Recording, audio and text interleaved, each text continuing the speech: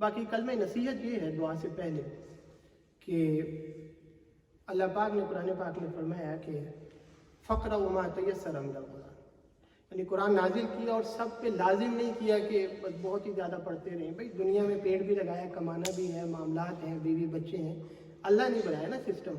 تو اللہ کو پتہ ہے، یہ بھی نہیں کہا کہ بیٹھو اور بس پڑھتے ہی رہو. نہیں، فرمایا کہ قرآن پاک پڑھو ضرور، اتنا پڑھ لو جتنا آسانی سے پڑھ سکتے ہو. سبحان اللہ. ایک آیت پڑھ سکتے ہو ایک آیت پڑھ لو، 2 آیتیں دن کی پڑھ سکتے ہو 2 آیتیں پڑھ لو. اور آقا علیہ الصلوۃ والسلام نے مزید ہماری توجہ دلائی، فرمایا اقرؤوا القرآن فإنہ یأتی یوم القیامۃ شفیعا لأصحابہ. فرمایا قرآن پاک پڑھا کرو. قرآن نے تو کہہ دی نا تھوڑا ہی پڑھ لو جتنا آسانی سے پڑھ سکتے ہو. حضور نے فرمایا یہ جو تھوڑا ہے نا، ایسا نہ ہو کہ تھوڑا بھی نہ پڑھ پاؤ، ضرور پڑھا کرو، کیونکہ یہ قرآن قیامت والے دن آپ کی شفاعت کرنے والا بن کر آئے گا. بے شک. جی. اور ایک مقام پہ آقا علیہ السلام نے فرمایا کہ ان للہ اہلین من الناس، فرمایا اللہ والے دنیا میں، زمین پر لوگوں میں بہت سارے اللہ والے ہوتے ہیں.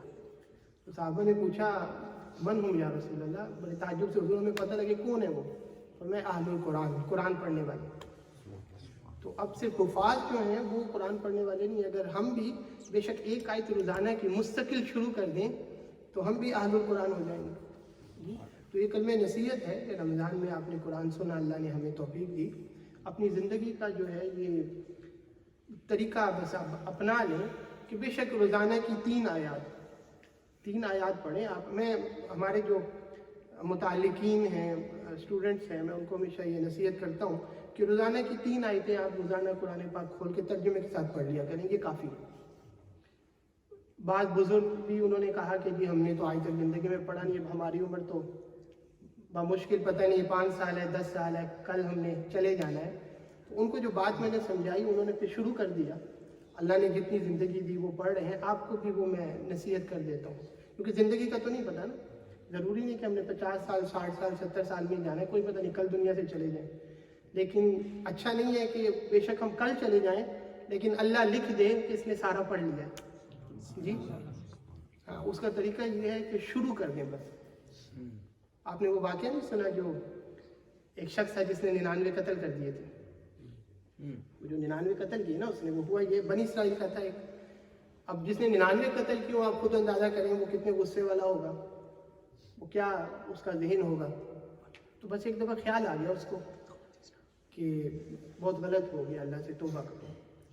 لوگوں سے پوچھا کہ بھئی میں نے 99 قتل کیے ہیں، کوئی بتاؤ مجھے، کوئی عالم بتاؤ، کوئی عارف بتاؤ، میں جاؤں میں اس سے پوچھوں کیا میری توبہ قبول ہو سکتی ہے. اس ٹائم ایک عالم تھے اس دور کے بنی اسرائیل کے، انہوں نے بھیجا کہ ان سے آپ پوچھیں، وہ بہتر آپ کو بتائیں گے. وہ بندہ گیا تو اس سے پوچھا کہ بھئی اس طرح میں نے 99 قتل کر دیے ہیں تو کیا اللہ پاک ابھی بھی مجھے معاف کر دے گا. میں کہا 99 قتل کر دیے اب تو نہیں معاف کرے گا. جی اب وہ جس نے 99 کیا تو اس نے کہا کہ جب معاف ہونا ہی نہیں ہے تو سینچری تو پوری کرو نا. اس نے ان کو بھی قتل کر دیا. 100 پورے ہو گئے. تھوڑی دیر گزری، تھوڑا عرصہ گزرا، پھر خیال آ گیا کہ اللہ جس کو توفیق دے اس کی رحمت تو سب سے بڑھ کر ہے. تو پھر اس کو خیال آیا، اس نے پھر لوگوں سے پوچھا کہ کوئی بات بتاؤ، میں تو 100 کر چکا ہوں. تو اب لوگوں نے کہا کہ ہاں ایک عارف ہے، وہ عالم بھی ہے اور عارف بھی ہے. پہلا والا صرف مولوی صاحب تھے، وہ سمجھ گیا. دوسرے جو تھے وہ عارف بھی تھے. تو نے کہا کہ ان کے پاس جاؤ. تو جب گئے ان کے پاس کہا کہ 100 قتل کیے ہیں، اللہ توبہ میری قبول کر لے گا. فرمایا ہاں کیوں نہیں کرے گا، تم سچے دل سے کرو گے تو کرے گا. کیا طریقہ ہے؟ فرمایا اس کا طریقہ یہ ہے کہ ادھر القریۃ الصالحہ ایک بستی ہے نیک لوگوں کی، وہاں پہ وہ نیک لوگ عبادت کر رہے ہیں. تو تم اس طرح کرو کہ ادھر جاؤ، تو وہ جو عبادت کر رہے ہیں، استغفار کر رہے ہیں، ان کے ساتھ مل کے جا کے کرو. تو ایسا نہیں ہوگا کہ اللہ پاک ان سب کی جو قبول کر رہا ہوگا عبادت اپنے نیک لوگوں کی، تو بیچ میں تمہاری جائے گی، تو ایسا نہیں ہوگا کہ تمہاری رد کر دے گا، ان کے ساتھ تمہاری بھی قبول کر لے گا. اب وہ جب چلا تو راستے میں اس کی موت کا وقت آ گیا اور وہ مر گیا. جب وہ مرا، حدیث پاک بخاری شریف میں آتی ہے، جب وہ مرا تو جنت کے فرشتے بھی آ گئے اور دوزخ کے بھی آ گئے. دوزخ والوں نے کہا ہم لے کر جائیں گے اس کی روح کو، جنت والوں نے کہا ہم لے کر جائیں گے. دوزخ والوں نے کہا بھی ہم لے کے جائیں گے، یہ تو 100 قتل کر چکا ہے. جنت والے کہے بھائی ٹھیک ہے 100 قتل کر چکا ہے، لیکن اب یہ جا ادھر رہا تھا جہاں اس کی توبہ قبول ہونی تھی، ابھی ہوئی نہیں، ہونی تھی جہاں پر. جی جب وہ آپس میں ڈیبیٹ کر رہے تھے نا تو اللہ پاک نے ایز اے ریفری ایک اور فرشتہ بھیج دیا فیصلہ کرنے کے لیے. اللہ پاک کی دیکھیں شان دیکھیں اس کی رحمت. ایک بھیج دیا فیصلہ یہ کہا کہ ان سے جا کے فیصلہ یہ کرواؤ کہ جہاں پہ وہ قتل کر کے آیا ہے جو اس کا ہوم ٹاؤن ہے جو علاقہ ہے جہاں پہ وہ اپنی برائیاں کرتا رہا ہے اگر تو وہ اپنے گناہ کے قریب ہے تو پھر دوزخ کے فرشتے لے دیں اور اگر وہ اس جگہ پہ پہنچنے کے قریب ہے جہاں اس کی توبہ ہونی تھی جہاں وہ نیک لوگ ہیں جہاں اس کو وہ صحبت ملنی تھی تو جنت والے لے دیں. اور حقیقت یہ تھی کہ وہ اپنے ہوم ٹاؤن کے قریب تھا جہاں وہ قتل کر کے آیا تھا. جب اللہ پاک نے فیصلے کے لیے فرشتے کو بھیجا اور فرشتے نے یہ کہا تو انہوں نے کہا ناپ لیتے ہیں. جب وہ ناپنے لگے تو اللہ تعالیٰ نے ڈائریکٹ زمین کو حکم دے دیا کہ ادھر سے پھیل جائے اور ادھر سے سکڑ جائے. تو جب انہوں نے ناپا تو وہ قریب تھا اس جگہ کے جہاں پہ اس کی توبہ قبول ہونی تھی تو جنت کے فرشتے لگے. اسے کیا پتہ لگتا ہے زندگی میں گناہ ہوتے ہیں سب کچھ ہوتا ہے لیکن لا تقنطوا من رحمت اللہ اللہ کی رحمت سے مایوس نہیں ہونا چاہیے. ایک شخص ہے جس نے 70 بار اللہ پاک سے معافی مانگی. گناہ کرتا تھا انسان ہے ہم سمجھ سکتے ہیں نا بڑی توبہ کرتے ہیں پکی کرتے ہیں جی کل سے نماز پڑھیں گے پھر چھوٹ جاتی ہے یہ گناہ نہیں کریں گے پھر ہو جاتا ہے. انسان ہے شیطان ہے ساتھ نفس ہے ساتھ. تو وہ شخص ہے وہ پکی کرتا توبہ پکی تھا لیکن پھر ہو جاتا تھا پھر توبہ کرتا تھا مولا مجھے ایک بار معاف کر دے اب نہیں کروں گا یہ کام پھر تھوڑے عرصے کے بعد پھر ہو جاتا تھا. 70 بار اس نے اللہ سے توبہ کی 70 بار اس سے وہ پھر گناہ ہو گیا. تو اب جب 70ویں بار اس نے کیا تو اسے ایسی خیال ہے اس نے کہا میں کس منہ سے اللہ کے حضور جاؤں 70 بار میں اس کو کہہ چکا ہوں. تو اس نے بس اس کو خیال گزرا تو اس افسردگی میں اس نے معافی نہیں مانگی کہ میں کس منہ سے اللہ سے کہوں. تو اسی دوران جو اس کی آنکھ لگی جب آنکھ لگی تو اللہ پاک کی طرف سے آواز ہے اے بندے ابھی بھی تو ہی پیچھے ہٹا ہے تو ابھی بھی آ میں تجھے ابھی بھی معاف کر دوں.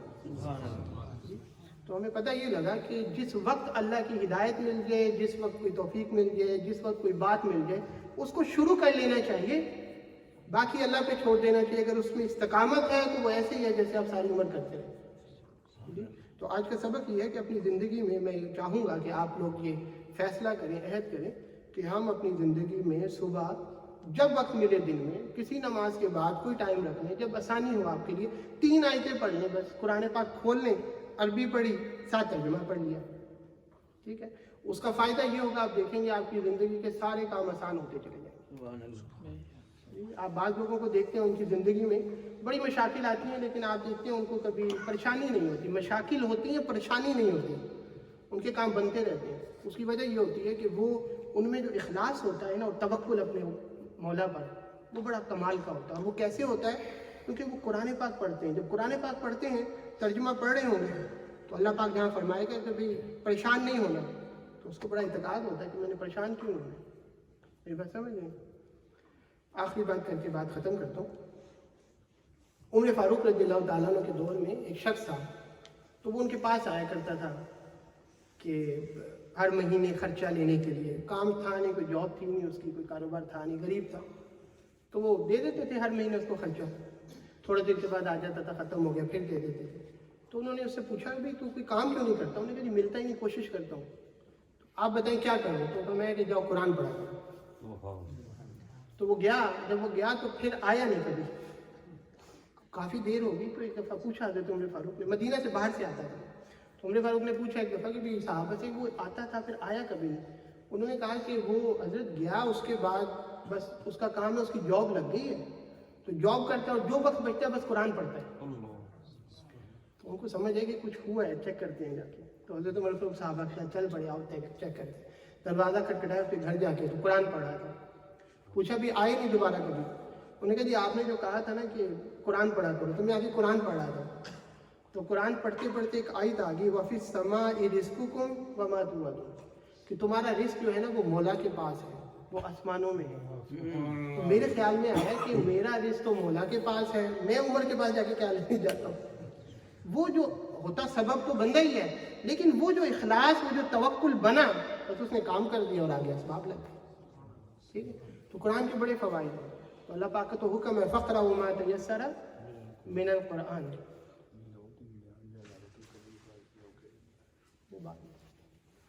فَقْرَؤْا مَا تَيَسَّرَ مِنَ الْقُرْآنِ کہ جتنا آسانی سے پڑھ سکو. اللہ کا حکم آ گیا نا تو کیا ہم اس حکم پہ عمل کریں گے؟ ضرور کرنا چاہیے. جو بھی آپ کا کام ہے، بزنس ہے، جو بھی ہے، بھائی اتنا 3-4 منٹ تو بنتے ہیں نا. جو خدا جس نے سب کچھ ہمیں دیا ہے، صحیح سلامت آنکھیں دی ہیں، سانس چل رہی ہے ہماری، جی، اولاد دی ہے، پیسہ دیا ہے. اب ماضی کو ذرا سوچیں نا، کیا تھے اور آج کیا ہے. ترقی ہی ہوئی ہے نا، کمی تو نہیں ہے. تو جس نے کی ہے تو اس کا حکم ماننا چاہیے. اللہ پاک جو سنا ہے اس پہ عمل کرنے کی توفیق عطا فرمائے. آپ تمام احباب کو بڑی مبارکباد. قرآن پاک ختم ہونے کی حافظ صاحب ماشاء اللہ دعا مانگ لیتے ہیں. ذہن میں یہی رکھیں کہ آج اللہ پاک ہمیں معاف فرما دیں. کتنے گناہ ہمارے ہیں، انسان کرتا ہے، لیکن اس نے اللہ نے رمضان پیکیج اس وجہ سے دیا کہ مانگ لو میں معاف کروں گا. تو سچے دل سے اللہ سے معافی مانگتے ہیں. اللهم صل على سيدنا ومولانا محمد وعلى آل سيدنا ومولانا محمد وبارك وسلم وصل عليه. اللهم أنت السلام ومنك السلام وإليك يرجع السلام. حينا ربنا بالسلام وادخلنا جنتك دارك دار السلام. تبارك ربنا وتعاليت يا ذا الجلال والإكرام. اللهم إنك عفو كريم تحب العفو فاعف عنا. اللهم إنك عفو كريم تحب العفو فاعف عنا. اللهم إنك عفو كريم تحب العفو فاعف عنا. اللهم أجرنا من النار. اللهم أجرنا من النار. اللهم أجرنا من النار. ربنا آتنا في الدنيا حسنة وفي الآخرة حسنة وقنا عذاب النار. ربنا هب لنا من أزواجنا وذرياتنا قرة أعين واجعلنا للمتقين إماما.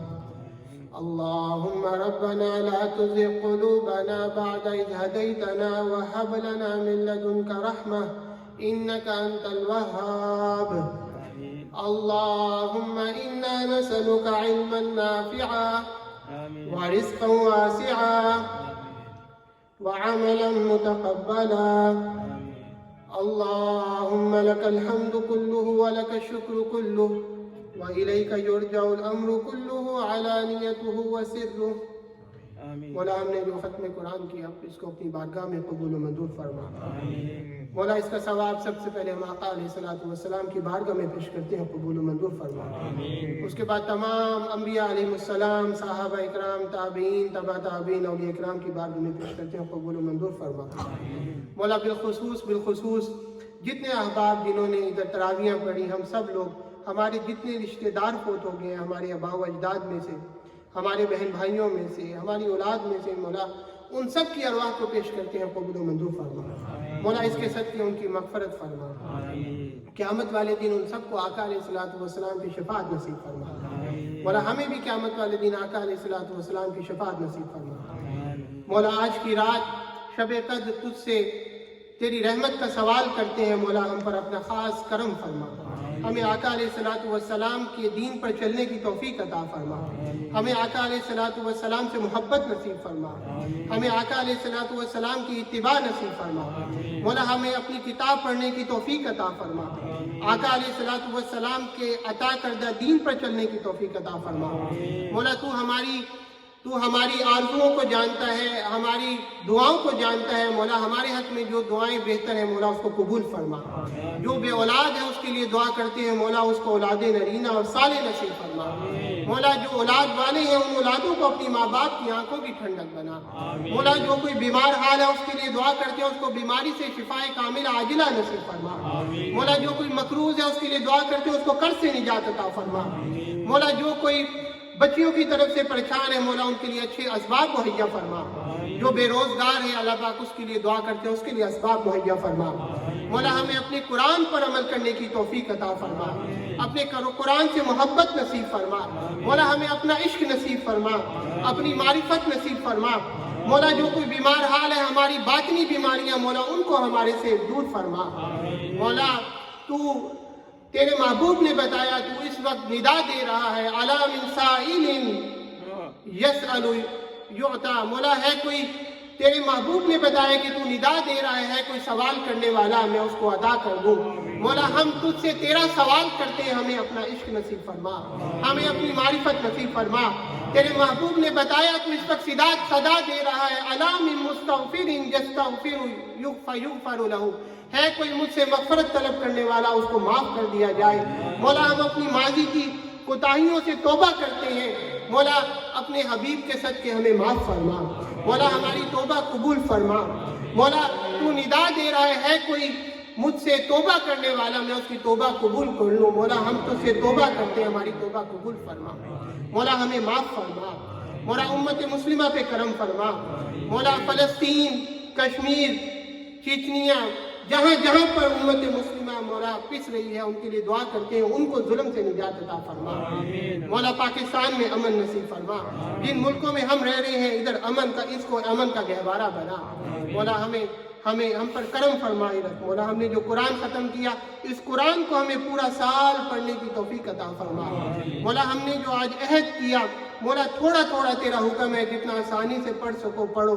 مولا ہم عہد کرتے ہیں ہمیں توفیق عطا فرما کہ استقامت کے ساتھ ہم اس پر عمل کر سکیں۔ مولا ہم روزانہ ہمیں توفیق دے، ہم کچھ نہ کچھ تیرا کلام پڑھتے رہیں، ہم اس سے فیض پاتے رہیں، اپنی زندگیوں میں اتارتے رہیں۔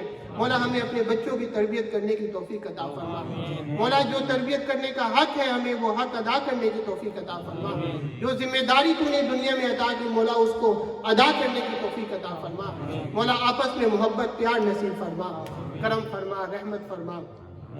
مولا ہمارے بچوں کو ہماری آنکھوں کی ٹھنڈک بنا، اور قیامت والے دن ہمیں آقا علیہ الصلوۃ والسلام کی آنکھوں کی ٹھنڈک بنا۔